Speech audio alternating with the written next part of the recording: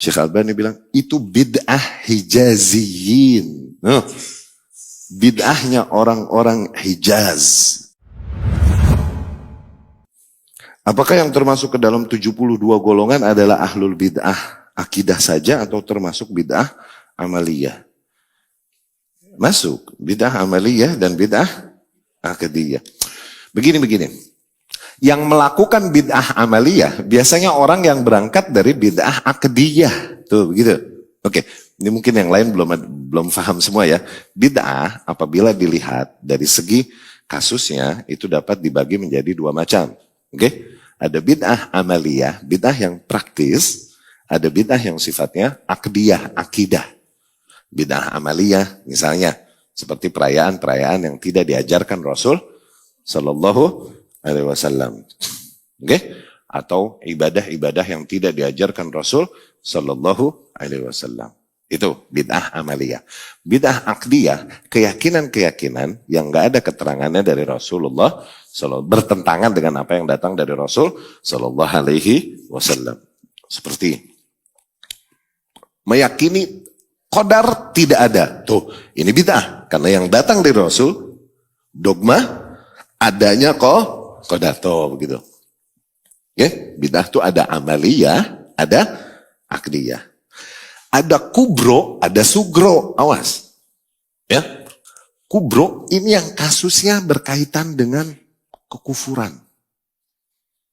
Oke. Bisa jadi pembatal keislaman.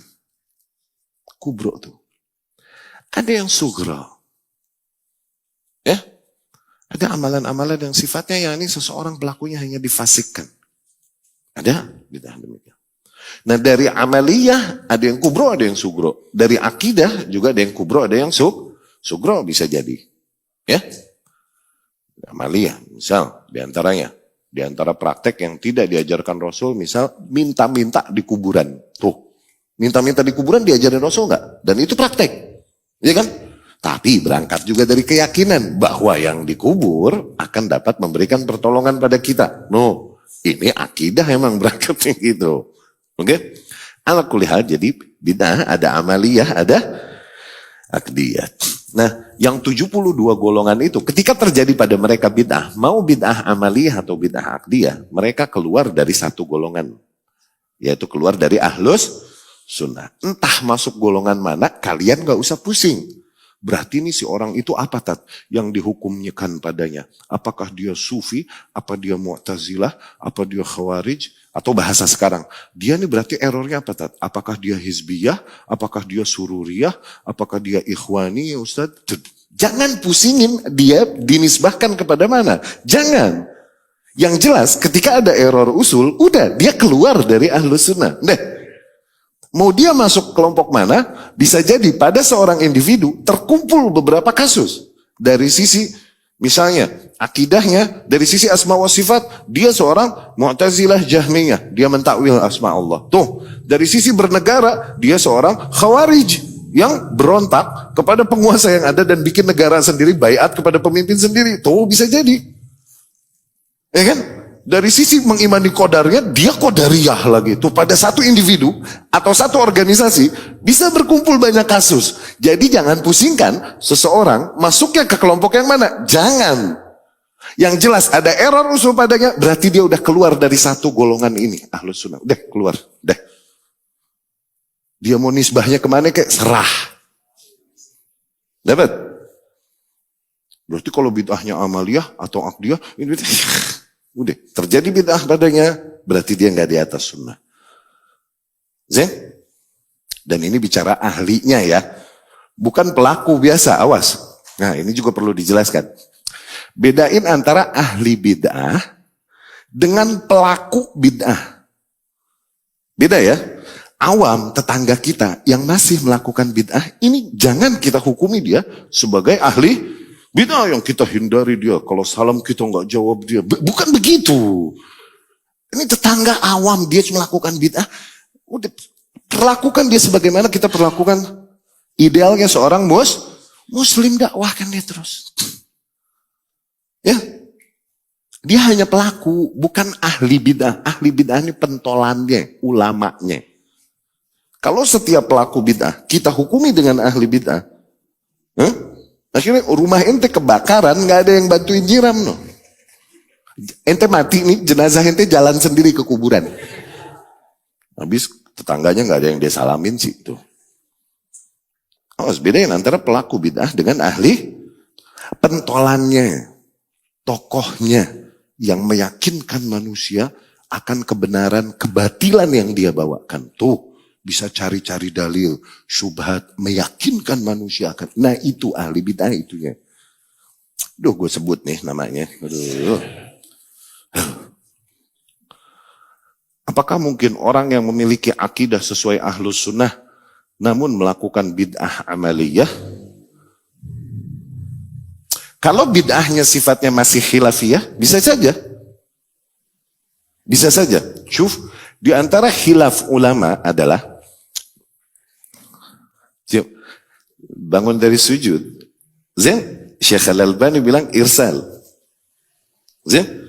Tapi Syekh Utsaimin bin Baz bangun dari sujud bilang qabd. Oke? Syekh Utsaimin, Syekh bin Baz bangun dari al-aslu fil qiyam, hukum asalnya qiyam itu qabd, bukan irsal menurut mereka. Jadi kalau bangun dari sujud nggak ada keterangan kita qabd apa irsal, ya berarti kembalikan ke asal. Asalnya qabd, ya udah berarti qabd lagi. Gitu. Kata Syekh Al-Albani, enggak. Bangun dari ruku itu, Anda ngomong sujud tadi ya? Ruku maksudnya, sorry. Bangun dari ruku itu, irsal. Dia bilang, Syekh bin Baz, Syekh Albani pada bilang qabd. Syekh Albani bilang, itu bid'ah hijaziyin. Bid'ahnya orang-orang Hijaz. Hijaz yang ini Mekah, Madinah. Apakah maknanya Syekh Albani menghukumi Syekh Utsaimin dan bin Baz ahli bid'ah? Itu lo yang bahlul. Gak paham ente. Ya? Awas.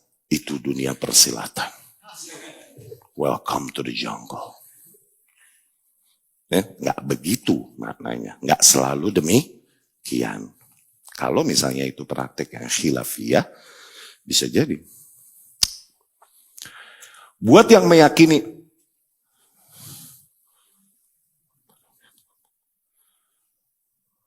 Rabbi firli warhamni wajburni warzuqni warfa'ni wahdini wa'afini.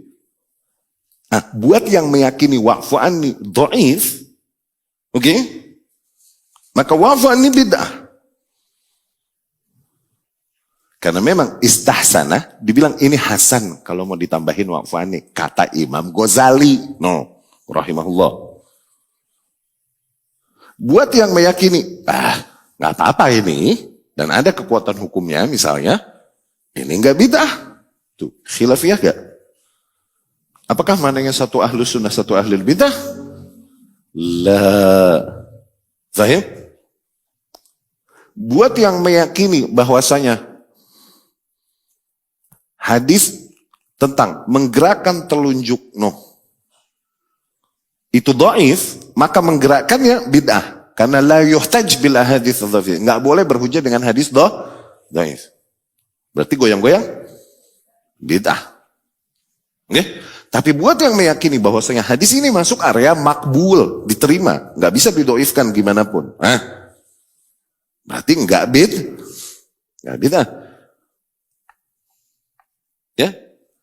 Jadi bisa nggak seorang berakidah ahlus sunnah tapi dia melakukan bid'ah? Kalau bid'ahnya itu adalah sifatnya khilafiyah, oke. Bisa jadi. Dapat ya?